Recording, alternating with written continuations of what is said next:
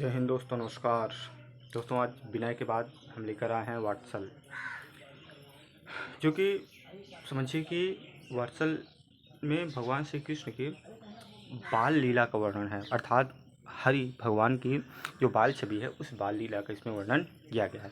अब इसमें देख सकते हैं कि सूरदास जी वात्सल के इस पद में भगवान श्री कृष्ण के बाल सौंदर्य और बाल लीलाओं को देखकर यशोदा के प्रसन्न होने का बड़ा सही वर्णन किया गया है।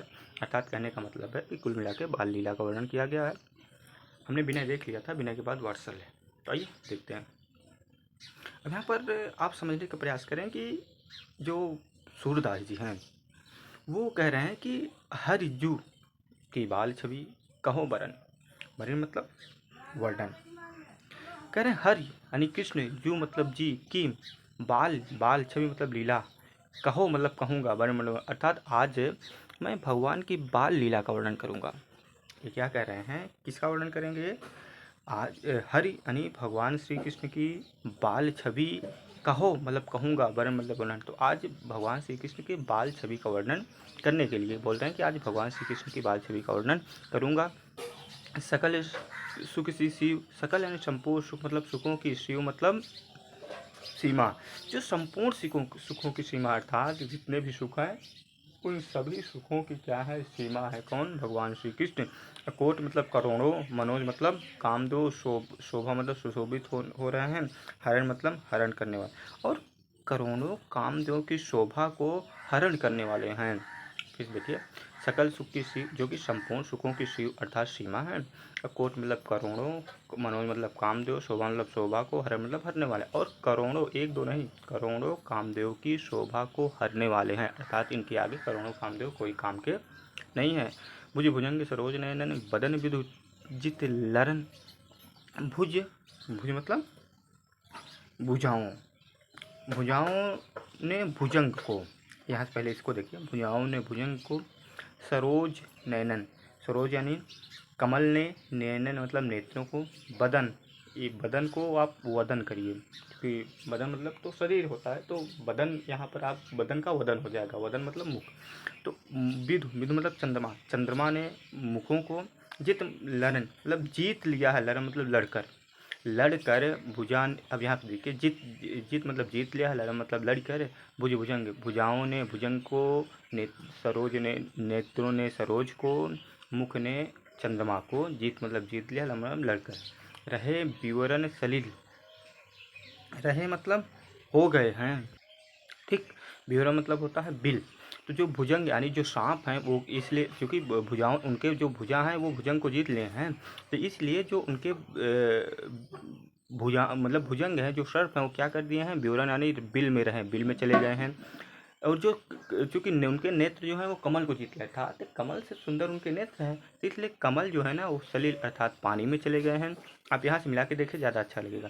फिर से देख लीजिए एक बार, क्योंकि समझ में आना चाहिए, मेन मकसद ये है, पढ़ना मकसद नहीं, मकसद है समझ में आना चाहिए। भुज भुजंग, भुजाओं ने भुजंग को जीत लिया है, इसलिए विवरण मतलब बिल में रहे मतलब चले गए हैं, सर्प इसलिए बिल में चले गए हैं क्योंकि सर्प से बड़े बड़े उनके भुजा हैं, उनसे अच्छे भुजा हैं। नयनन यानी नेत्र जो है वो सरोज से सुंदर है, अर्थात उनके नेत्रों ने सरोज यानी कमल को जीत लिया, इसलिए कमल सलिल अर्थात जल में चले गए हैं।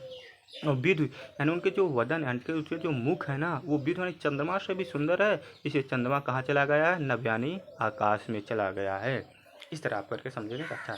उपमा मतलब, इसलिए उपमा अपर दुर्दरन, इसलिए इनकी जो उपमा है, अपर मतलब अन्य, दूर मतलब छिप गई है, डर मतलब डर कर, ये इसलिए ये सब क्या है, इन सब की इन अपनी अपनी उपमा क्या है, डर कर छिप गई है, अर्थात भगवान श्री कृष्ण के आगे सामने।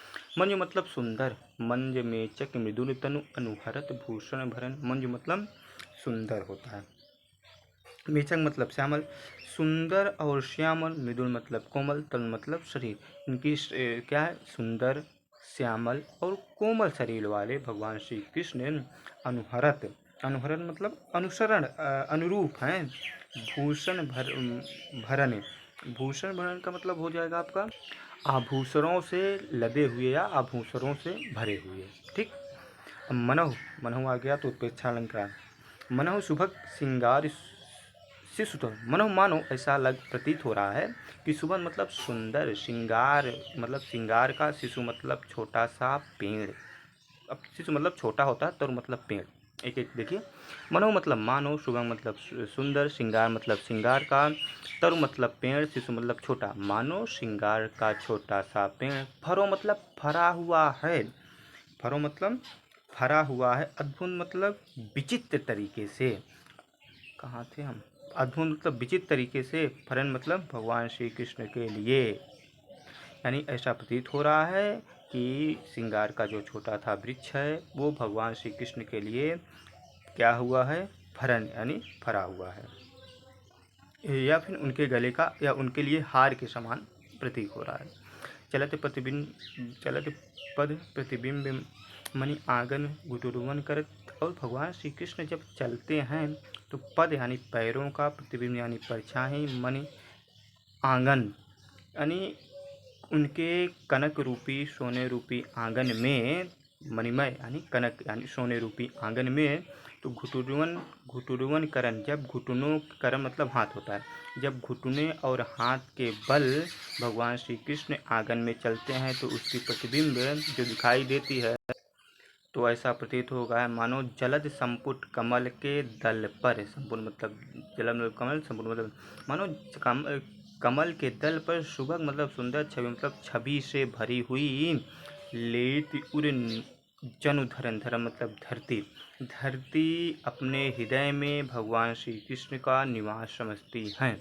अर्थात उनको ऐसा प्रतीत होता है जैसे पूरे के पूरे कमल दल पे बैठी रहती हैं, तो कमल दल पर बैठी हुई धरती भगवान श्री कृष्ण को अपने हृदय में स्थान देती हैं। अब पुण्य फल अनुभव सुतः, और अपने पुण्य फलों का अनुभव करते हुए बिलोक कै नंद धरन, धरन मतलब पत्नी, बिलोक मतलब देखती हैं, नंद मतलब नंद बाबा मतलब यशोदा, नंद मतलब नंद, धरन मतलब नंद मतलब नंद बाबा, धरन मतलब पत्नी होता है। तो बिलोक मतलब देखती हैं नंद यानी यशोदा माता की, और आप ऐसा कर लीजिए।